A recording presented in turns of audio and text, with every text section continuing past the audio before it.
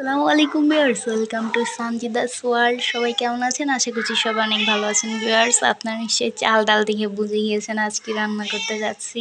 হ্যাঁ ভিউয়ার্স, আজ রান্না করতে যাচ্ছি ভুনা খিচুড়ি। তো তার জন্য পোলার চাল নিয়ে নিয়েছি, আর সাথে হচ্ছে মুগ ডাল, যেটা এই দেখাচ্ছি, এটা হচ্ছে ভেজে নিয়েছিলাম 5 মিনিটের মতো, একদম লো আছে। তো তারপর হচ্ছে ধুয়ে নিয়েছি চাল আর ডাল একসাথে।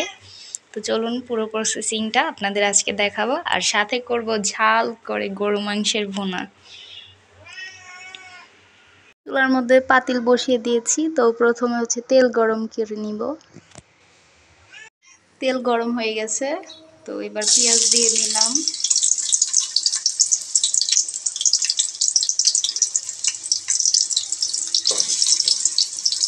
এটাকে ভেজে হচ্ছে বেরেস্তার যে কালার সেটা চলে এলে আমি বাদ বাকি মশলাগুলো দিয়ে দিব।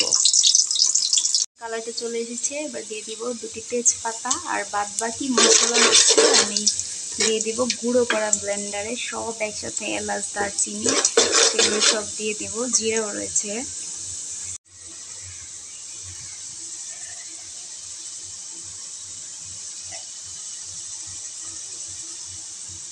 আর দিয়ে দিচ্ছি আদা রসুন বাটা। মশলা যেহেতু ব্লেন্ড করা ছিল, তো তাদের একটা কালচে যে দাগ সেটা এসেছে, তবে কোনো সমস্যা নেই। যখন আমরা হলুদ দিয়ে দিব তখন কালারটা পরিবর্তন হয়ে আসবে। তো মাঝে আমি একটু পানি দিয়ে দিয়েছিলাম। এরা যখন তেল ছেড়ে দিবে তখন আমি চাল এবং ডালগুলো যে রেখেছিলাম সেগুলো ভালো করে ভেজে নিব। আর এই ভুনা খিচুড়ি রান্নায় সবচেয়ে স্বাদ বাড়ায় হচ্ছে যত বেশি আমরা চাল আর ডালটা ভেজে নিতে পারবো কষানোর পর। তো আমি চেষ্টা করি 15 থেকে 20 মিনিট কষানোর। আপনারাও সর্বোচ্চ সময় নিয়ে তারপর কষাবেন। দিয়ে দিব পরিমাণ মতো লবণ। তো আমি হচ্ছে সম্পূর্ণ লবণটা এখন দিব না, এখন দিয়ে দিয়েছি কিছুটা, আর তারপর যখন আমরা হচ্ছে চালগুলো দিব পানিটা দিয়ে তখন দিব লবণটা। এটা হচ্ছে চেক করে দিতে পারবো যেন লবণ বেশি বা কম না হয়। এবার দিয়ে দিব হলুদ, আর হলুদের পরিমাণটা একটু মেপে বুঝে দিতে হবে। তেল উপরে চলে এসেছে, তো এবার আমি চাল ডাল দিয়ে দিব।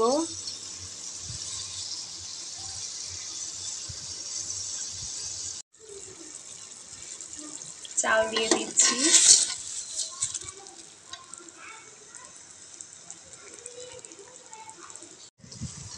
এবার নেড়েচেড়ে মশলাগুলোর সাথে লাগিয়ে নিব, আর এভাবে সুন্দর করে 15-20 মিনিট ভেজে নিব। আর এটা একদম মৃদু আছে করব কাজটি। আর যত ভাজবো বললামই তো, তত খিচুড়ির স্বাদ বাড়বে।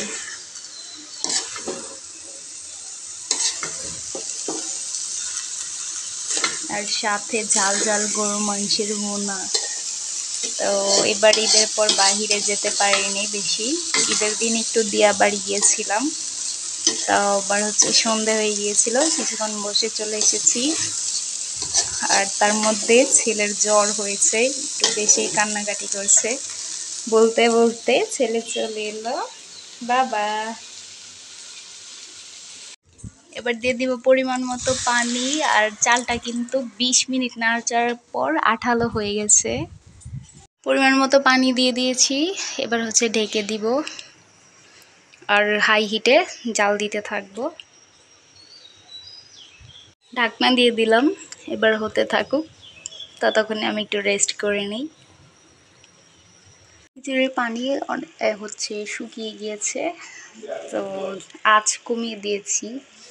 আর খিচুড়ি হচ্ছে এভাবে রান্না করছি আমি, হচ্ছে বাদ বাকি মশলা যেগুলো ব্লেন্ড করার, শুধু তেজপাতা ছাড়া, কিন্তু তেজপাতাটা তুলে ফেলে দেওয়া যায়, কিন্তু বাকি মশলাগুলো যখন মুখে পড়ে খুব খারাপ লাগে, তাই আমি সবসময় ব্লেন্ড করে দেওয়ার চেষ্টা করি। তারপর অনেক সময় স্বাদ মতো আস্তেও দেই, তো এটা ম্যাটার করে মুডের উপর। তো এখন অনেকটা হয়ে গেছে, আঁচ কমিয়ে দিয়েছি। খিচুড়ি প্রস্তুত হয়ে গেছে, এবার জিরা গুঁড়ো দিয়ে দিচ্ছি সামান্য পরিমাণে। আর এদিকে হচ্ছে মাংস কষানো হচ্ছে, গরু মাংস। বন্ধুরা, খিচুড়ি একদম পারফেক্ট রেডি হয়ে গেছে। তো হচ্ছে খিচুড়ি, আর তরকারিটা দেখাচ্ছি। আর এই হচ্ছে তরকারি রেডি। তো ঝোল খুব বেশি রাখিনি, যেহেতু খিচুড়ি দিয়ে খাবো, ঝাল করেছি অনেকটা। তো ভিডিওটি কেমন লাগলো জানাবেন। সবাই ভালো থাকবেন। আল্লাহ হাফেজ।